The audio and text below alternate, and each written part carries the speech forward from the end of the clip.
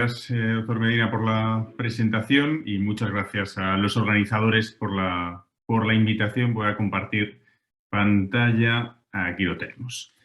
Bueno, como decía el doctor Medina, yo creo que, claro, me toca un tema muy, muy actual, ¿no?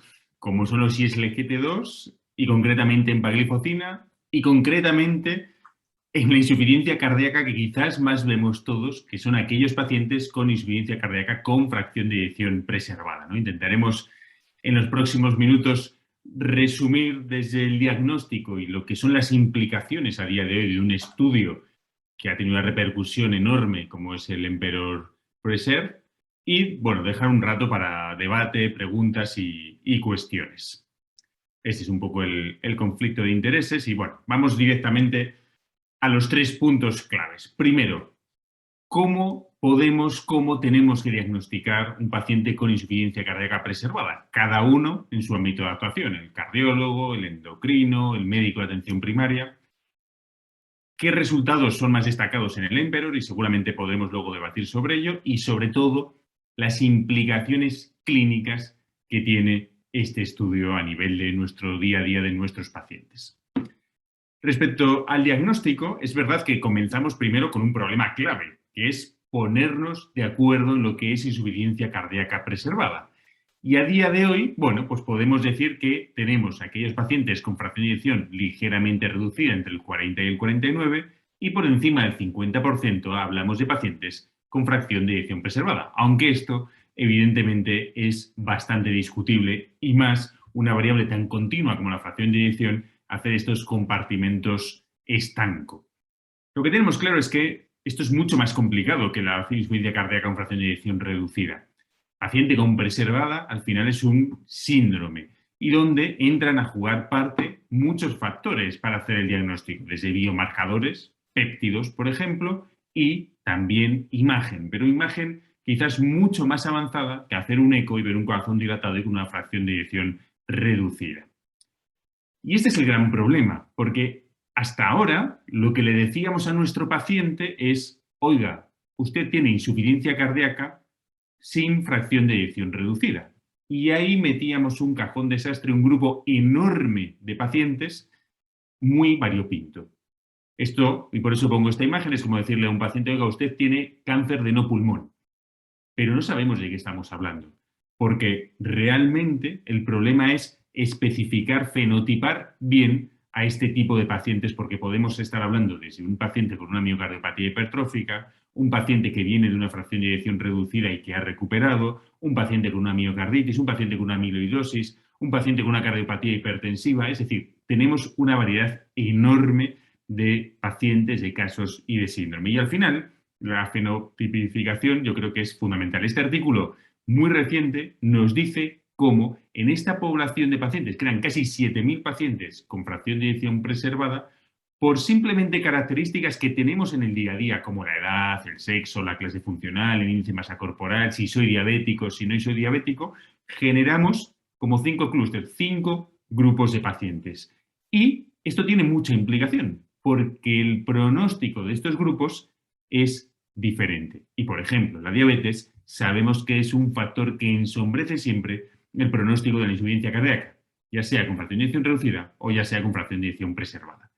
Respecto al diagnóstico, claro, tenemos que intentar, como siempre, hacer un diagnóstico lo más específico posible. Y a día de hoy las guías que nos dice que es un paciente con preservada, aquel paciente con síntomas, aquel paciente que le hacemos un eco y tiene una fracción de eyección por encima del 50% y además necesita una evidencia de cardiopatía estructural, que puede ser desde una simple hipertrofia en el ventrículo o, por ejemplo, un aumento de presiones de llenado o una dilatación de la aurícula. Tenemos diferentes scores y cuando hay tantos scores es que ninguno realmente acaba de ser válido, acaba de ser bueno. Y el más utilizado es concretamente este. No me voy a extender en esta parte, pero para ver un poco la dificultad de la patología de la que estamos hablando. Empezamos por el primer step, ¿no? Por el primer escalón en el diagnóstico, que es la evaluación clínica. Y esta evaluación clínica la tenemos que hacer todos en la consulta. Yo creo que este es el punto clave. En esa evaluación clínica es verdad que los signos, los síntomas, pues son realmente inespecíficos. No vamos a saber si es un paciente con fracción de eyección preservada o fracción de eyección reducida con la clínica, pero sí que es importante que todos en nuestras consultas y principalmente en pacientes diabéticos investiguemos, paremos 30 segundos, un minuto, para intentar objetivar la disnea del paciente y la limitación funcional del paciente. En ese primer step está la clínica y van a estar, evidentemente, los péptidos natriuréticos. En los diferentes estudios que tenemos, bueno, pues vemos cómo los puntos de corte pueden variar algo de pacientes en ritmo sinusal a pacientes en fibrilación auricular. En Emperor Preserve teníamos 300 de punto de corte en ritmo sinusal, 900 en fibrilación auricular. Pero los péptidos, a día de hoy, son seguramente la mejor herramienta que vamos a tener junto a la clínica para poder para poder valorar inicialmente a estos pacientes. Y a partir de aquí es cuando el cardiólogo o el ecocardiografista empieza a jugar y empieza a tener un trabajo fundamental. Los protocolos o los algoritmos para el diagnóstico son realmente complicados y no vamos a entrar, pero esto es lo que deberíamos hacer como la valoración de la función diastólica, incluso en casos dudosos hacer esto que es un eco de esfuerzo, incluso poder llegar a hacer un cateterismo de esfuerzo con el paciente pedaleando para medir presiones en arteria pulmonar. Me decís, ¿esto se hace habitualmente? Pues no sé en Perú, pero yo os digo que en España no es algo ni mucho menos habitual. Y como los cardiólogos yo creo que nos caracterizamos por ser prácticos, esto es una afirmación que dijo Caroline Lam, que es una líder a nivel global en insuficiencia cardíaca, que decía que realmente la definición de insuficiencia cardíaca preservada la van a acabar marcando los ensayos clínicos y lo focalizaremos según la definición de inclusión en los diferentes estudios. El Emperor Preserve, que nos decía, pacientes con fracción de eyección por encima del 40%, con ese punto de corte de péptidos, con filtrados por encima de 20 y que además tenían o una hospitalización previa por insuficiencia cardíaca o cardiopatía estructural, entendida como una dilatación de la aurícula o hipertrofia en el ventrículo. Y se randomizaba, como sabemos, a empagliflozina 10 versus tratamiento placebo. Por tanto, tenemos que tener muy claro que estamos en un campo complicado, en un paciente con un síndrome como una insuficiencia cardíaca preservada, donde las comorbilidades van a jugar un papel fundamental y donde todos somos clave. Y muy especialmente, vuelvo a decir lo mismo, en aquellos que ven pacientes con muchas comorbilidades, como son los pacientes con fracción de eyección preservada, y muy especialmente el paciente diabético. El paciente con diabetes siempre, hasta que se demuestre lo contrario, va a tener insuficiencia cardíaca, va a tener un riesgo muy elevado de desarrollar insuficiencia cardíaca, porque al final la fisiopatología de la diabetes y de la insuficiencia cardíaca, y muy especialmente la insuficiencia cardíaca preservada, van de la mano o van conjuntamente, ¿no? Todos sabemos que el paciente diabético pues tiene disfunción endotelial, que hay un mayor grado de apoptosis, la lipotoxicidad, la hiperglucemia, los radicales libres, en la mayor carga de fibrosis, por ejemplo, si hiciéramos una resonancia cardíaca a los pacientes diabéticos, y todos estos factores al final van a influir de manera negativa para desarrollar insuficiencia cardíaca con fracción de eyección preservada. Por tanto, yo creo que el mensaje es, cuando veamos un paciente diabético, investiga, detente 30 segundos, un minuto en objetivar la disnea, en objetivar la limitación funcional y si puedes, pide péptidos. Y a partir de aquí, si tengo clínica y tengo péptidos elevados, es cuando va a entrar el diagnóstico ecocardiográfico más específico para completar el diagnóstico. Y fijémonos, porque yo creo que siempre hemos tenido un poco la idea de, bueno, diabetes, enfermedad macrovascular, y esa enfermedad macrovascular, esa enfermedad coronaria, al final nos lleva a una insuficiencia cardíaca con fracción de eyección reducida. Esto es verdad, pero también sabemos que el paciente diabético siempre los procesos inflamatorios están muy aumentados y esto genera mucha disfunción microvascular y esa disfunción microvascular está muy asociada con la hipertrofia ventricular, con el aumento de presiones y llenado y con el desarrollo de insuficiencia cardíaca preservada. No se nos puede olvidar que el control metabólico de la diabetes aquí también va a jugar un papel clave. 9.000 pacientes diabéticos, seguidos 9 años, el 10% acaban desarrollando insuficiencia cardíaca. La afectación microvascular era independiente como factor clave para desarrollar insuficiencia cardíaca. Me da igual, fracción de eyección reducida, fracción de eyección preservada, ¿no? Por tanto, un paciente diabético, evidentemente, es importante también el control glucémico para intentar evitar el desarrollo de insuficiencia cardíaca preservada. Pero sobre todo, hemos de pensar que tenemos que desenmascarar esa insuficiencia cardíaca en nuestros pacientes. Y por eso digo que el endocrino, el médico de atención primaria, que siempre sois los que más pacientes diabéticos veis, tenéis un papel clave. Fijémonos arriba en azul, son registros de práctica clínica en el que vemos la prevalencia de diabetes en pacientes con fracción de eyección preservada. nos movemos en un 30, un 40, casi un 50%. Y abajo son ensayos clínicos con fracción de eyección preservada, donde el porcentaje de pacientes diabéticos nos puede variar desde un 28 a más de un 50%. Por tanto, pensemos que la diabetes y la insuficiencia cardíaca, y muy especialmente la insuficiencia cardíaca preservada, van absolutamente de la mano. Y además, esto va a tener una implicación enorme. Este registro, sabemos siempre que los países escandinavos, ¿no?, son los que mejores registros poblacionales hacen. Estos son 200.000 pacientes diabéticos en los que analizan de qué mueren los pacientes desde el momento del diagnóstico. Y me da igual que mi paciente diabético lleve un año con su diabetes, lleve 3, 5, 7, 10, me da igual.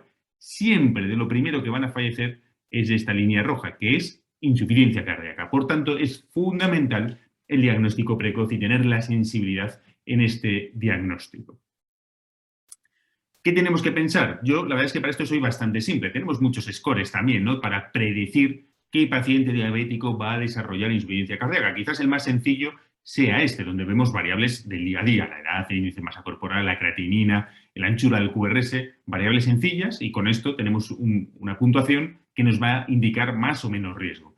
Particularmente creo que es mejor tener el pensamiento de que todo paciente diabético que me entre por la puerta de la consulta es un candidato potencial a tener insuficiencia cardíaca y que me toca investigar la presencia de insuficiencia cardíaca, ya sea con fracción de eyección reducida o preservada. Y aquí llega EMPEROR-Preserve, ¿no?, estudio que se presenta en el Congreso Europeo a finales de agosto y que realmente ha marcado también un antes y un después, porque lo que teníamos antes era esto, era oscuridad. En pacientes con FEBI preservada, básicamente no tenemos un solo estudio con un objetivo primario positivo. Ni sacubitril valsartán en el Paragon, ni el TOPCAS con espironolactona, ni los ARA2, ni los IECAS previamente, ni nada. No teníamos nada. Y el cambio clave de EMPEROR-Preserve es que, por fin, tenemos un ensayo clínico randomizado en el que el objetivo primario demuestra un claro beneficio, una reducción del riesgo del 21%. Como decíamos previamente, randomizamos a estos pacientes con FEBI por encima del 40% a EMPA versus placebo con un objetivo primario claro, que era muerte cardiovascular u hospitalización por insuficiencia cardíaca. ¿Qué tipo de paciente tenemos en el EMPEROR respecto a otros estudios con fracción de eyección preservada? Bueno, pues vemos cómo son pacientes de una relativa edad, 72 años, como el porcentaje de mujeres casi es aproximadamente la mitad, un 44%, con una fracción de eyección media del 53%, casi la mitad son pacientes diabéticos, la mitad tienen fibrilación auricular, una comorbilidad también muy habitual, y el 42% tenían obesidad. Respecto al tratamiento, son pacientes muy bien tratados con IECA, con betabloqueante, con mineralocorticoide, mucho mejor que estudios previos en insuficiencia cardíaca preservada, lo cual pues también da más mérito a los resultados obtenidos. La foto de mi paciente de EMPEROR, vuelvo a decir, son pacientes que vemos diariamente, pacientes con edad media de 72 años, 80% en clase 2, es decir, no excesivamente sintomáticos, con una buena tensión, una buena frecuencia, la mitad con filtrados por debajo de 60, 50% con fibrilación auricular, un 23% habían ingresado previamente, unos péptidos de 900, habíamos dicho ese punto de corte de 300 en sinusal, y respecto a la fracción de eyección tenemos un tercio con fracción de eyección ligeramente reducida, entre el 40 y el 50, un tercio entre el 50 y 60 y otro tercio por encima del 60%. Y los resultados ya son por todos conocidos. Objetivo primario, hospitalización por insuficiencia cardíaca, muerte cardiovascular, reducción del 21% del riesgo relativo. Cuando este objetivo primario lo desgranábamos por insuficiencia cardíaca o muerte cardiovascular, la mortalidad hay una tendencia, pero no alcanzábamos la diferencia estadísticamente significativa, algo que sí que ocurre con la hospitalización por insuficiencia cardíaca. Y en los objetivos secundarios había también una reducción en el total de las hospitalizaciones por insuficiencia cardíaca de un 27% y un enlentecimiento en la progresión de la reducción de los filtrados a nivel renal.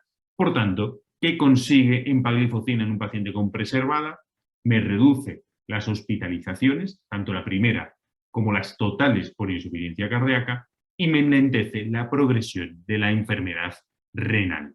Estas son un poco las curvas, como podemos ver, de ese objetivo primario y del total de las hospitalizaciones por insuficiencia cardíaca. Y otro punto clave, y más en estos pacientes que sabemos que reingresan de manera muy habitual, es que las curvas se separan de manera muy precoz, como siempre demuestran los ISLGT2, viendo que el beneficio en ese objetivo primario ya no llegamos ni a los 30 días, es que ya casi nos quedamos solo el medio mes, ¿no? Fijémonos, día 18 ya tenemos un beneficio en lo que es la hospitalización por insuficiencia cardíaca.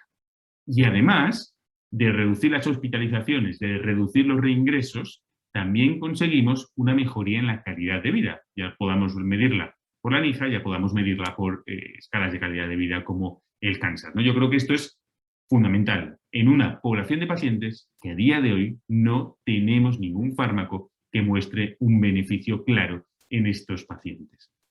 Y esto me permite unirlo con un poco el último de los puntos, que son las implicaciones del Emperor per se. Al final, el Emperor per se entra perfectamente en el marco, ¿no?, del cuadro de los diferentes estudios de insuficiencia cardíaca. Pacientes con muy alto riesgo, aquellos pacientes con fracción de eyección reducida, con enfermedad renal, bueno, claro, la reducción de los riesgos es superior a los pacientes de Emperor per se, pero fijémonos que realmente están en el mismo contexto de los diferentes estudios. ¿Y cuál es la implicación?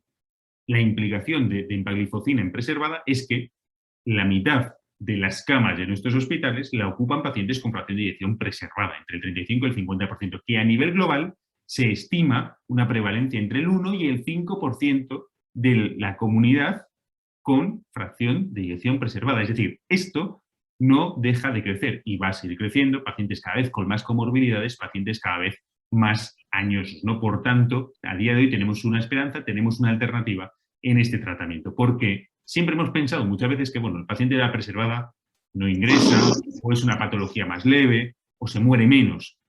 Pero la realidad es esto, es decir, fijémonos, si esto es un New England, ¿no?, de una serie de Canadá, de Ontario, donde vemos que los reingresos son exactamente los mismos que un paciente con fracción de eyección reducida. Y el pronóstico no se lleva mucho con aquellos pacientes con fracción de eyección reducida, ¿no? Y venimos, vuelvo a decir lo mismo, de muchos años sin un beneficio en estos pacientes. Es verdad que en este síndrome tan complejo, en esta variedad enorme de pacientes, no todo paciente con preservada, digamos, está incluido en el Emperor.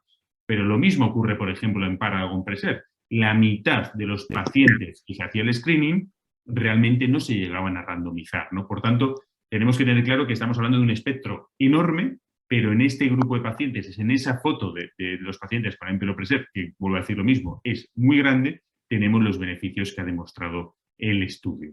Otro de los puntos clave de las implicaciones es el tema del gradiente de beneficio. Hemos visto como los mineralcorticoides, los ARA2, incluso el sacubitril valsartán en el Paragon, que globalmente el objetivo primario no salía significativo. Bueno, en aquellos pacientes entre 40 a 50, incluso entre 50 y 60, podía haber un cierto beneficio, y más también en las mujeres. Y esto llevó a la FDA definitivamente a aprobar el uso, por ejemplo, de sacubitril valsartán en este subgrupo de pacientes.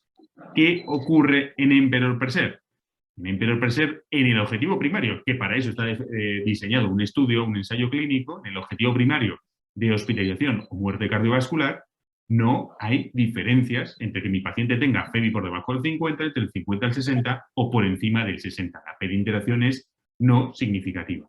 Cuando se analiza el subgrupo de pacientes o el objetivo secundario de la hospitalización total, aquí sí que presentamos diferencias significativas. ¿Qué ocurre también en ese objetivo primario cuando analizamos por diferentes tratamientos? Si mi paciente, por ejemplo, estaba con un IECA o con un ARA2, o si mi paciente estaba con mineralcorticoide, tampoco, como vemos aquí en la tabla de New England, hay diferencias significativas, o si mi paciente había hospitalizado o no. Donde pueda venir un poco la polémica o el debate es, como decía antes, en ese análisis de subgrupos de un objetivo secundario, vuelvo a decir, donde aquí sí que se presenta un gradiente entre lo que es la fracción de eyección y la hospitalización por insuficiencia cardíaca y la fracción de eyección y la caída de la función renal, en que objetivando como aquellos pacientes con fracción de eyección por encima del 60%, en teoría teníamos un menor beneficio de un objetivo secundario, porque el objetivo primario, vuelvo a decir lo mismo, y son las tablas que se publicaron, no hay diferencias entre los diferentes subgrupos. ¿Por qué se puede dar este gradiente de beneficio en ese objetivo secundario? Pues seguramente porque, vuelvo a decir lo mismo, estamos hablando de pacientes muy diferentes y sobre todo aquellos pacientes con fracciones de eyección por encima del 65% eran muy diferentes del resto. Pacientes más mayores, más mujeres, con más obesidad, con péptidos más bajos, que quizás el resultado o el beneficio del fármaco en esta situación sea diferente, por lo menos en lo que es en ese objetivo secundario. Pese a todo, cuando analizamos, y esto se publicó a la vez que el Emperor Preserve, ¿cómo podemos comparar los datos de Paragon, de sacubitril/valsartán, y los datos de Emperor Preserve con empagliflozina? Vemos que en los diferentes grupos divididos por fracción de eyección, en todos hay una mayor mejoría de los rojos sobre el azul, del Emperor Preserve sobre Paragon. Es decir, que tanto en la hospitalización y en la mortalidad cardiovascular, en principio tenemos resultados bastante más positivos que en el estudio de Paragon. Pese a ello, la FDA, sabéis que aprobó Paragon este año para utilización en estos pacientes con fracción de eyección entre el 40 y el 60%. Y fijémonos, en un estudio que en teoría tiene un menor beneficio, se calcula que en este año 2021, con la indicación, se habrían ahorrado hasta 180.000 hospitalizaciones por insuficiencia cardíaca en los Estados Unidos, ¿no? Por tanto, yo creo que es un tema a debate en una población extensísima de pacientes en los que a día de hoy la alternativa con base científica y con objetivo primario cumplido pues es empagliflozina. Gradiente de beneficio, evidentemente que seguramente lo va a haber porque estamos hablando de pacientes diferentes, ¿no? Como comentaba previamente, sobre todo aquellos pacientes con fracción de eyección entre el 40 y el 50%, muchas veces son más parecidos a pacientes con fracción de eyección reducida que con fracción de eyección preservada, pero aquellos pacientes por encima de 50 seguimos teniendo el mismo beneficio, ¿no? Por tanto, el mapa a día de hoy de la indicación de los fármacos se nos queda un poco así. Tenemos claro que entre el 40 y el 50, betabloqueantes y ECA, mineralcorticoides y sacubitril/valsartán, incluso las guías recientes europeas nos lo ponen ya como una indicación en nivel 2 para poderlo utilizar. Los americanos con la FDA nos dice sacubitril/valsartán entre el 40 y el 60%. Los ISLGT2 tenemos claro en fracción de eyección reducida y tenemos claro con Emperor Preserve que, bueno, es cuestión de tiempo y de que las autoridades regulatorias lo aprueben, que entre el 40 y el 60% va a entrar también empagliflozina seguro. Y veremos a partir del 60% un poco lo que se decide. Dependerá también, yo creo, de otros estudios, ¿no? Como de Liver con dapagliflozina, a ver qué resultados tenemos en esta población. Y muy apoyados también por sotagliflozina, por el inhibidor dual, que, como recordemos, también en aquellos pacientes con fracción de eyección tanto reducida como preservada tenía beneficios. Pero pese a todo esto, pues se ha levantado polémica, ¿no? Yo he puesto aquí Twitter, ya sabes que a mí me gusta mucho el Twitter, ¿no? De, bueno, pues de polémica, ¿no? De, por ejemplo, empagliflozina en pacientes con fracción de eyección preservada no ha demostrado reducir la mortalidad por cualquier causa y tampoco ha demostrado reducir las hospitalizaciones por cualquier causa en pacientes que ingresan hasta el 90% en los 26 meses de seguimiento. Tal cual. Y esto es así. Fijémonos en las gráficas, es decir, la mortalidad total no hay diferencias y las hospitalizaciones, el 90% acaban ingresando por causas que no son insuficiencia cardíaca. Efectivamente, esto es así, pero yo creo que al final refleja lo complejo de estos pacientes y seguramente las expectativas que crea un fármaco como empagliflozina que parece algo que desde Emparrec solamente da buenas noticias. Y yo creo que Emperor Preserve sigue siendo la misma buena noticia. Pero hay que entender que esto es un fármaco para la insuficiencia cardíaca. Un paciente con preservada va a ser un paciente obeso, va a ser un paciente POC, va a ser un paciente que va a ingresar por otras muchas comorbilidades y donde un fármaco para la insuficiencia cardíaca no va a poder detener dichas comorbilidades. Si nos queremos comparar, aunque todas las comparaciones son odiosas, por ejemplo, los IECAs que demostraron reducir la mortalidad o los betabloqueantes, bueno, pues por ejemplo los betabloqueantes solamente han necesitado 26 ensayos clínicos y 24.000 pacientes para sentar la reducción en la mortalidad total o en la muerte súbita. Por tanto, yo creo que a veces generamos expectativas en exceso, pero que tenemos que tener claro que a día de hoy un paciente con fracción de eyección preservada, tenemos los diuréticos y tenemos empagliflozina en el Emperor Preserve para reducir hospitalizaciones, la primera, hospitalizaciones por insuficiencia cardíaca, las recurrentes, para proteger a nivel renal y para mejorar la calidad de vida. Yo estoy convencido que esos pacientes que hospitalizan menos, que les protejo el riñón y que mejoro la calidad de vida, si hubiera tenido el doble de pacientes y el doble de tiempo, evidentemente habría reducido la mortalidad seguro.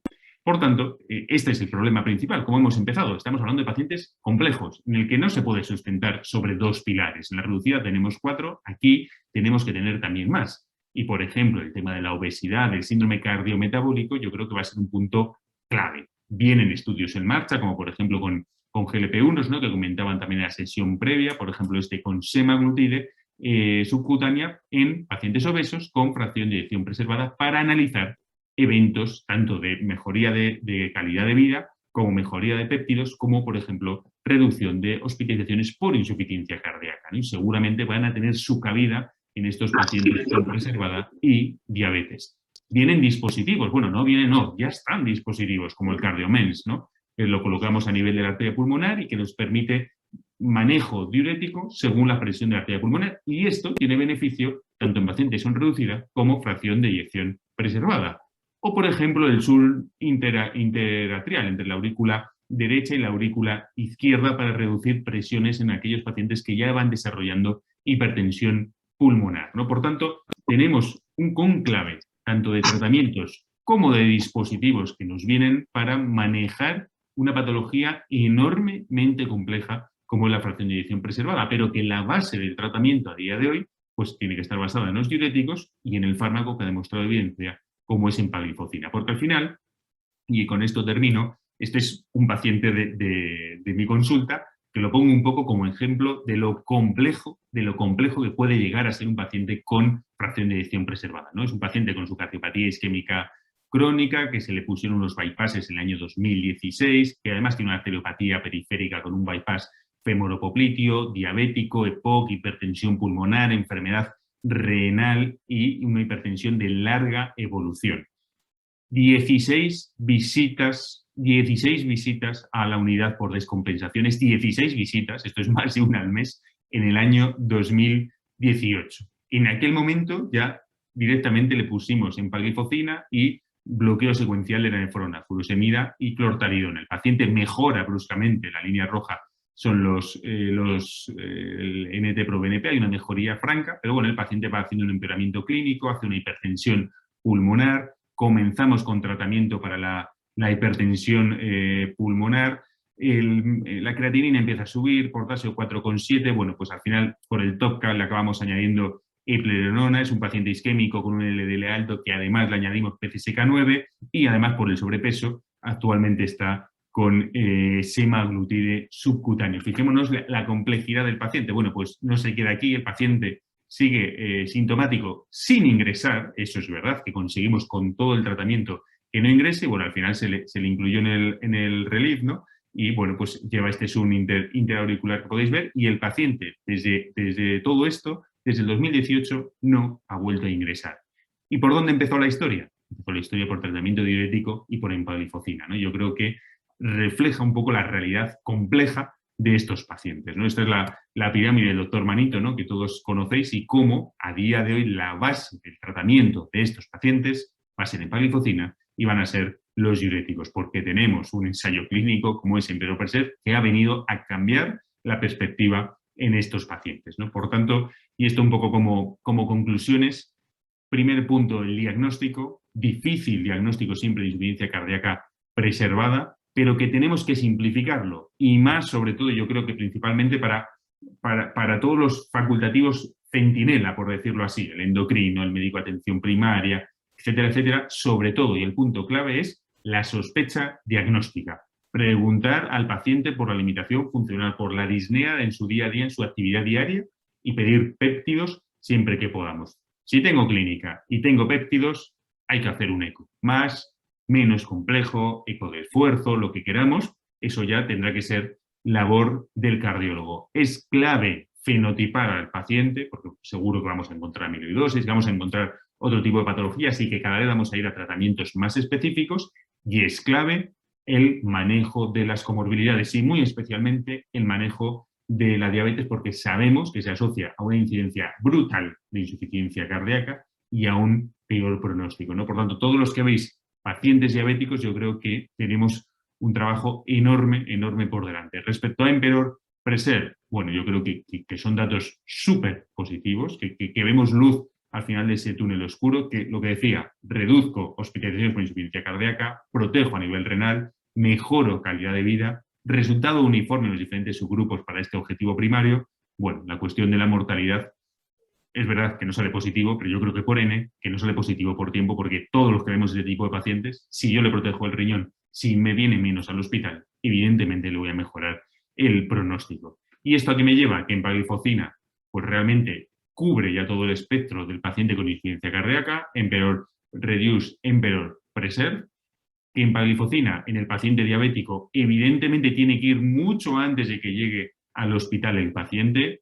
En Parré, que ya nos decía, oye, ¿cómo voy a reducir la hospitalización por insuficiencia cardíaca? Que no se nos olvide que eso sí que es la base absoluta del tratamiento y que realmente a día de hoy es la ficha clave en este tablero complejo de la insuficiencia cardíaca con fracción de eyección preservada, ¿no? Pero que Emperor Preserve, bueno, por fin, yo creo que todos tenemos evidencia en un grupo de pacientes que vemos todos de manera diaria. Y esto es un poco todo lo que os quería comentar. Muchas gracias por vuestra atención.